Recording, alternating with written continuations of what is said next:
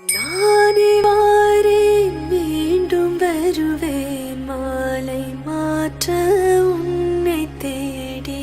நானே வாரேன் மீண்டும் வருவேன் உந்தன் கையால் தாளியேந்த. நானே வாரேன் மீண்டும் வருவேன் மாலை மாற்ற உன்னை தேடி. நானே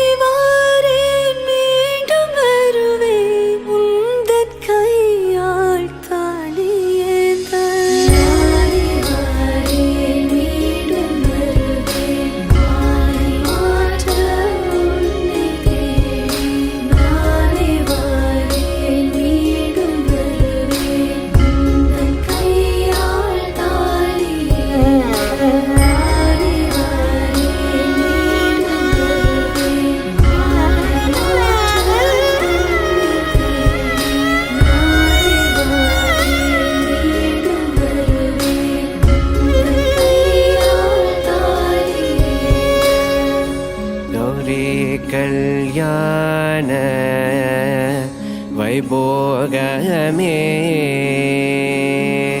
லக்ஷ்மி கல்யாண வைபோகமே வசுதேவ ஜவபால அசுரகுலகால சசிவதன ரூபிணி சத்யபாமலோல கௌரி கல்யாண வைபோகமே லக்ஷ்மி கல்யாண வைபோகமே கொத்தோட வாழை மரம் கொண்டு வந்து நிறுத்தி கோக்குடைய பந்தலுக்கு மேல் காட்டு காட்டி கௌரி கல்யாண வைபோகமே லக்ஷ்மி கல்யாண வைபோகமே.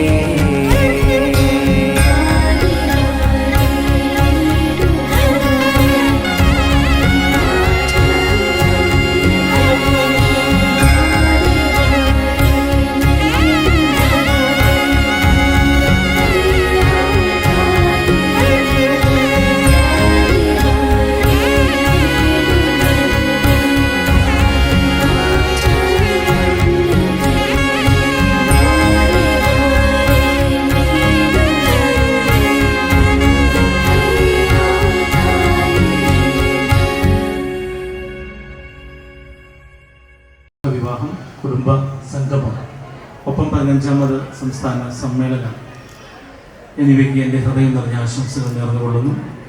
ഞാനിവിടെ എത്തിയത് എൻ്റെ പ്രിയ സഹോദരി കൂടിയായ ഷൈനി ചേച്ചി പറഞ്ഞിട്ടാണ്. വളരെ കാലങ്ങൾ മുമ്പുള്ളൊരു ആത്മബന്ധമാണ് മണിച്ചേട്ടനുമായുള്ള ഒരു ബന്ധം. അതിന്നും ഞങ്ങളുടെ കുടുംബത്തിലേക്ക് അവരുടെ ആ സാഹോദര്യ സ്നേഹവും ഒക്കെ ഇന്നും നമുക്കൊപ്പം ഉണ്ട് എന്നുള്ളത് വളരെയധികം ഒരു സമാധാനമായിട്ടുള്ളൊരു കാര്യം കൂടിയാണ്. അതുകൊണ്ട് തന്നെ ഈ ഒരു ചടങ്ങിലേക്ക് വിളിച്ചപ്പോൾ വരാതിരിക്കാൻ സാധിക്കുകയില്ല. ഇന്ന് കേരള കലാമണ്ഡലത്തിൽ ഒരു ക്യാമ്പ് നടക്കുന്നത് അവസാനിക്കുന്ന ഒരു ദിവസമാണ്. അപ്പോൾ അവിടേക്ക് എത്തേണ്ടത് അത്യാവശ്യമാണ്. അവിടെ കുറച്ച് കുട്ടികൾക്ക് ചിലങ്ക കൊടുക്കുന്ന ഒരു ചടങ്ങുണ്ട്. അപ്പോൾ അത് വാങ്ങിക്കണം, തിരിച്ചത് അവിടെ കൊണ്ടു കൊടുക്കണം. അതുകൊണ്ട് അത് കഴിയുന്നതിന് മുമ്പായി അവിടേക്ക് എത്തിച്ചേരേണ്ടതുണ്ട്. അതുകൊണ്ട് തന്നെ ഇന്നിവിടെ വിവാഹിതരാകുന്ന എൻ്റെ പ്രിയ സഹോദരി സഹോദരന്മാർക്ക് ഹൃദയം നിറഞ്ഞ ആശംസകൾ നേർന്നുകൊണ്ട് ഇനിയും നമുക്ക് അടുത്ത ചടങ്ങുകളിൽ കാണാം എന്ന് മാത്രം വാക്കു തന്നുകൊണ്ട് ചുരുക്കുന്നു. നന്ദി, നമസ്കാരം. ഭിന്നശേഷിക്കാരായ ഈ സഹോദരങ്ങൾ ഇത്രയും പേരെ ഒരുമിച്ച് കാണുക എന്ന് പറയുന്നത് യഥാർത്ഥത്തിൽ അതിവിടെ വന്നാലേ പറ്റുള്ളൂ. ഈ ഒരു ദിവസം നിങ്ങളെല്ലാം ഒരുമിച്ച് കൂടുന്നത് യഥാർത്ഥത്തിൽ നിങ്ങളുടെ ജീവിതത്തിൽ നമുക്ക് ഒരുപാട് ബുദ്ധിമുട്ടുകളുണ്ട്. ആ ബുദ്ധിമുട്ടുകളെല്ലാം ഒന്ന് ചിരിച്ച് തള്ളിക്കൊണ്ട് നിങ്ങളിവിടെ വന്ന് എല്ലാവരും ഒന്നിച്ചൊന്നിരിക്കുകയാണ്. വലിയ കാര്യമാണ്. അത് വർഷത്തിലൊരിക്കലായാലും ഇങ്ങനെ ഈ ഖാദർ നാട്ടിയുടെ നേതൃത്വത്തിൽ ഇതുപോലെ നിങ്ങളെല്ലാം കൂടെ ഒന്ന് ഒത്തുകൂടുന്നത്, അത് മിക്കപ്പോഴും തൃശ്ശൂർ തന്നെ ആയിരിക്കും ഒത്തുകൂടുന്നത്, ഒരു വലിയ കാര്യമാണ് നമ്മളെ സംബന്ധിച്ചിടത്തോളം. നമുക്കിപ്പോൾ ഇല്ലാത്തതും അത് തന്നെയാണ്. ആളുകൾക്കാണ്, അതായത് നമ്മുടെ രാജ്യത്ത് വികസന പ്രവർത്തനങ്ങൾ നടക്കുന്നില്ല എന്ന് എല്ലാവരും അങ്ങ് പരാതി പറയും. എന്താ നടക്കാത്തതിൻ്റെ കാരണം? നടക്കാത്തതിൻ്റെ കാരണം പുതിയ പുതിയ ആശയങ്ങൾ സമൂഹത്തിൽ ഉണ്ടാകുന്നില്ല എന്നുള്ളതാണ്. പുതിയ പുതിയ ആശയങ്ങൾ ഉണ്ടാകണമെന്നുണ്ടെങ്കിൽ എങ്ങനെ ഉണ്ടാവണം?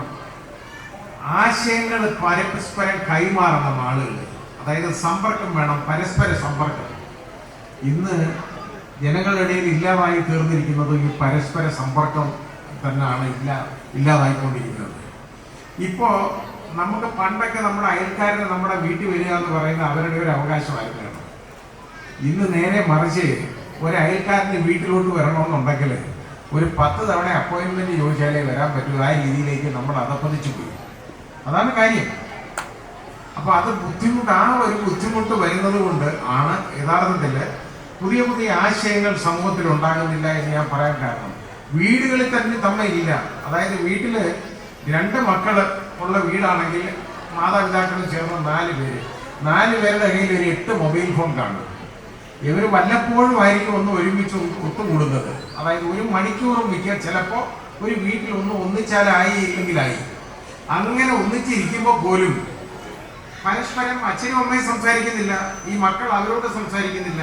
അവർ ഈ മൊബൈൽ ഫോൺ ചുരണ്ടിക്കൊണ്ടിരിക്കുന്നതല്ലാതെ വേറെ യാതൊരു കമ്മ്യൂണിക്കേഷനും ഇല്ല. അതാണ് ഏറ്റവും വലിയ പ്രശ്നം. ആളുകൾ അവനവനിലേക്ക് ഒതുങ്ങിക്കൊണ്ടിരിക്കുകയാണ്. അതാണ് ഇന്നത്തെ ഏറ്റവും വലിയ ദുരിതം നമ്മൾ അനുഭവിക്കുന്നത്. അങ്ങനെ ആകരുത്.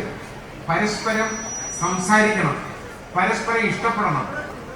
അതിനൊക്കെ എത്ര നാളാണ് നമുക്കുള്ളത്? ക്ഷണികമല്ലേ ജീവിതം എന്ന് പറയുന്നത്? എത്ര നാൾ ഇങ്ങനെ കാണും? അപ്പോൾ ആ കാണുന്നിടത്തോളം കാലം വളരെ സന്തോഷമായിട്ടിരിക്കണം. നമുക്കൊരുപാട് ബുദ്ധിമുട്ടുകളുണ്ട്. പ്രത്യേകിച്ച് നിങ്ങൾക്കൊക്കെ ഒരുപാട് ബുദ്ധിമുട്ടുകളും ബന്ധപ്പാടുകളും ഉണ്ട്, ഇല്ല എന്ന് പറയുന്നില്ല. കാരണം എല്ലാ ശേഷിയുമുള്ള ആൾക്കാർക്ക് ഞാനീ പറഞ്ഞ ഈ കുഴപ്പങ്ങളെല്ലാം ഉണ്ട്. അപ്പോൾ ഭിന്നശേഷിക്കാരുടെ കാര്യം പറയേണ്ടതായിട്ടുണ്ടോ? അവർക്ക് അവരുടെ ആ ജീവിത വൈകല്യങ്ങളുടെ ആ വൈകല്യങ്ങളുടെ ഇടയിൽ നിന്ന് വേണം സന്തോഷമായിട്ടിരിക്കാൻ.